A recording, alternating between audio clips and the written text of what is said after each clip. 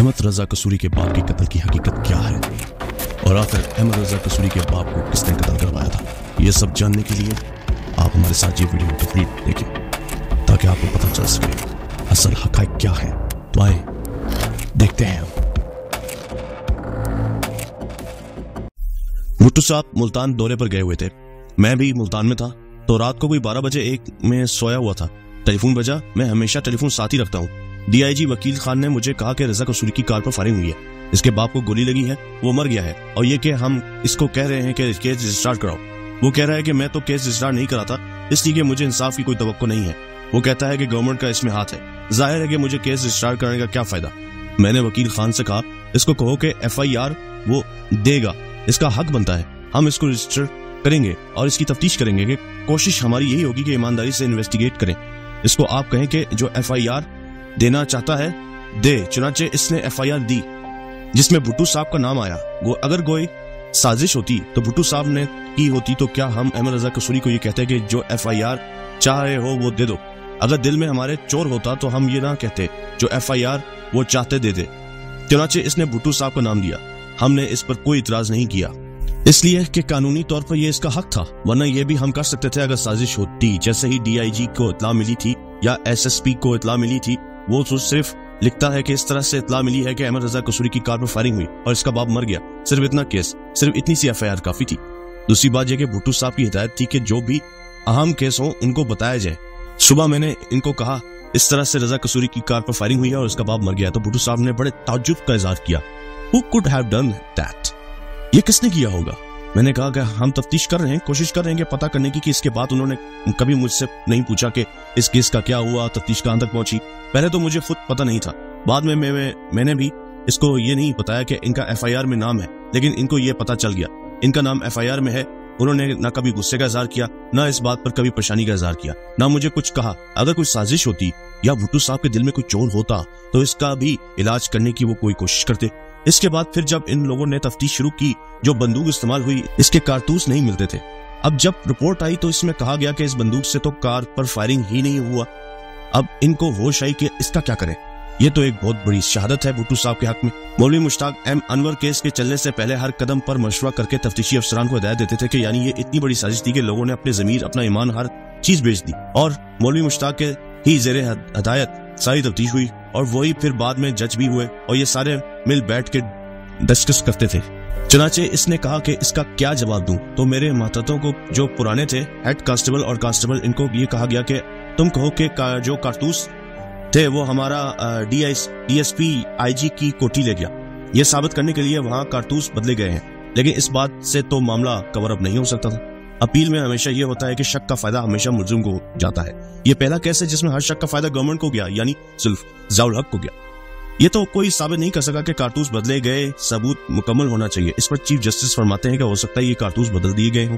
इस तरह ये हुआ जिसमें जिस जगह से फायरिंग हुई कारतूस मिले 3 जगह से। इस पर चीफ जस्टिस इनवारुल हक अपने फैसले में लिखते हैं कि हो सकता है कि इस आदमी ने ऐसे फायरिंग करके फिर इस तरह किया हो तो वो कारतूस उधर गिर गए हो सकता है। हर काम हो सकता है। शक का फायदा भुट्टो साहब के खिलाफ और गवर्नमेंट के हक में दे रहे हैं, लेकिन जिन वाकयात का जाती तौर पर मुझे इल्म था, मैं IG था, मैं कोर्ट में बता सकता था और बताना चाहता भी था। वहां गवाहियां पेश हो रही हैं। IG ने यह कहा कि अब IG मौजूद है, उससे कोई नहीं पूछता। आदमी मगर मर जाए इसके मुताबिक तो आप कोर्ट में कह सकते हैं, इसने ये कहा था। लेकिन जब आदमी मौजूद है इसको तो बुला के पूछें, भाई तुमने ये कहा था या तुमने ये किया था। जिन लोगों को उन्होंने दम दबाकर अपने हक में कर लिया, इन सब को तो वहां पेश कर दिया गया। मेरे जैसे आदमी से इसको उन्होंने कैद में रखा। अफसोस की बात यह है कि जिस आदमी की दुम पर पांव रखा उसने झूठी सच्ची गवाही देने से गुरेज नहीं किया। मसूद अहमद, सईद अहमद खान, अब्दुल वकील खान, हलाकू खान, बड़े बड़े जो अपने आप को फन्ने खान समझते थे, हर आदमी ने वहां आकर अपना ईमान बेचा। मुझे भी बड़े बड़े लालच दिए गए, यही के सफीर बना देंगे, आपको नौकरी का कुछ नुकसान नहीं पहुंचेगा, हम वादा करते हैं भुट्टो साहब के खिलाफ आप शहादत दे दें।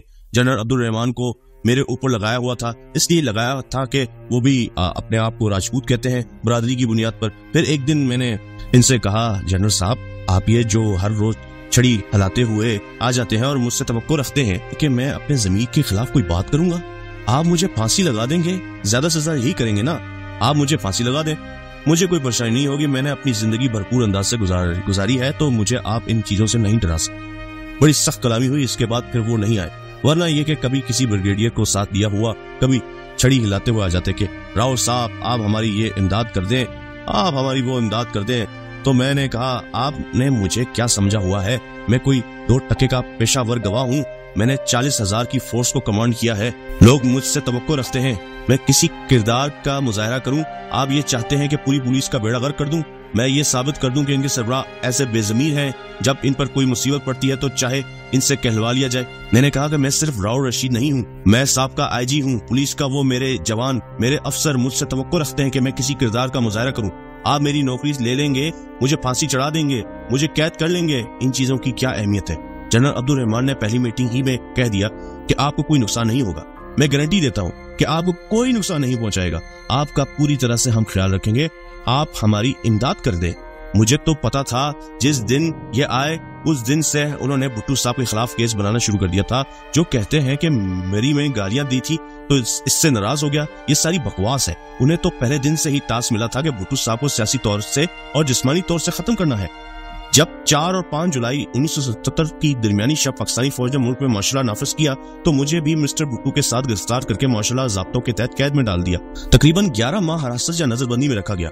इस दौरान भुट्टो पर नवाब मोहम्मद अहमद खान कसूरी के कत्ल का मुकदमा चलाया गया और बदनाम जमाना मसूद महमूद समेत 2 वादा गवाहों FSF के 4 दूसरे अफसरों के इतराफी बयान की रोशनी में लाहौर हाईकोर्ट ने उन्हें सजाए मौत सुना दी थी। यह कत्ल उस वक्त हुआ था जब मैं IG पुलिस था। कैद के दौरान फौजी हकाम ने मुझ पर दबाव डाला कि मैं मुकदमे के सरकारी गवाह के तौर पर पेश हो जाऊं और इस तरह की तायद करूं। मैंने ऐसा करने से इनकार कर दिया था। इसके बजाय मैंने मिस्टर भुट्टो से कहा कि मैं इस तरह के दावे को गलत साबित करने के लिए इनके दिफा में गवाह के तौर पर पेश होने को तैयार हूँ। ताहम ऐसा नहीं हुआ क्योंकि उन्होंने मुकदमे का बाइकआउट कर दिया था। चूंकि मुझे मिस्टर भुट्टो को फांसने के वास्ते तैयार किए गए जाल के लिए खतरा तस्वर किया जाता था, इसलिए मुझे उस वक्त तक कैद रखा गया जब तक अदालत ने उन्हें खतावार करार देकर सजाए मौत नहीं दे दी। आखिर अप्रैल 1978 में मुझे रहा कर दिया गया।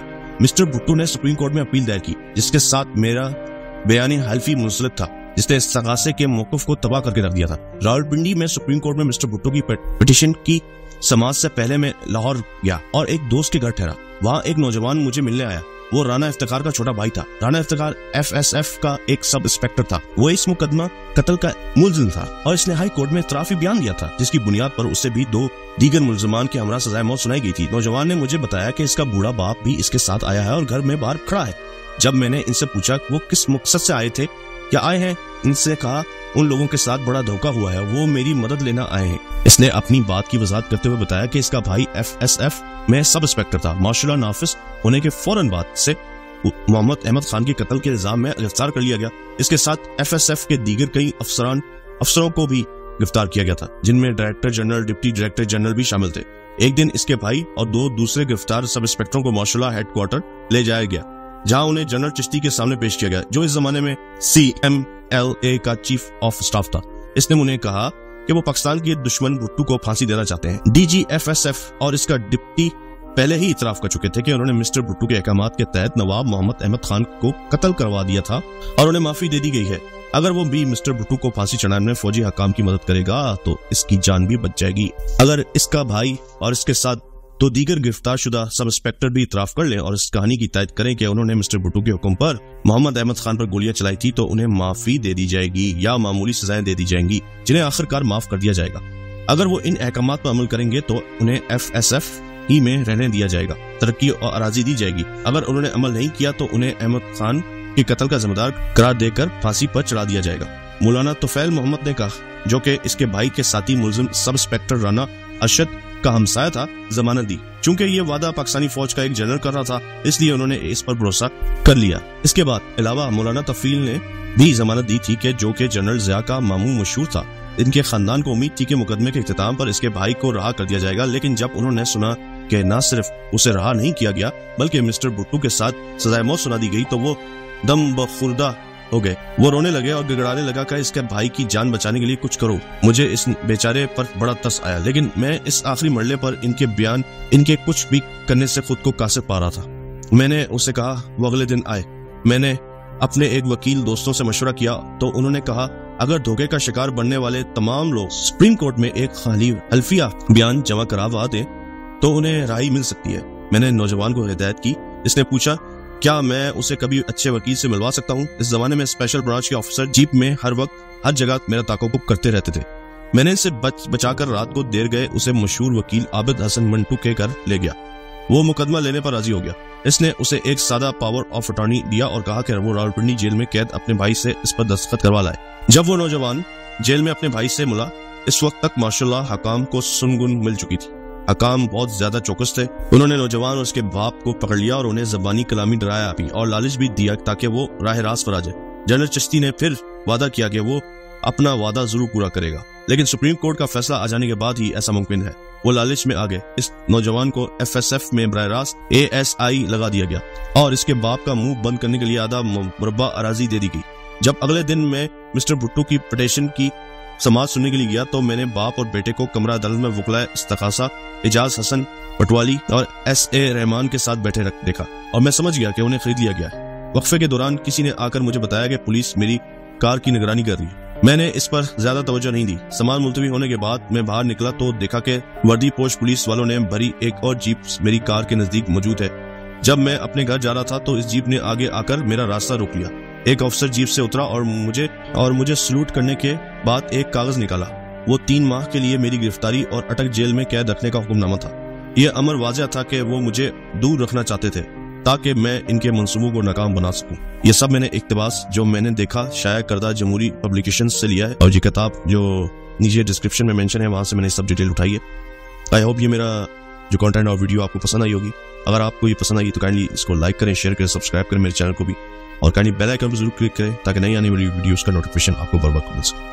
और जरूर बताएं मेरे वीडियोस आपको कैसी लग रही हैं और मुझे काइंडली सपोर्ट इसी तरह करते रहें। फिर मिलते हैं एक नई वीडियो के साथ अल्लाह ने के बाद।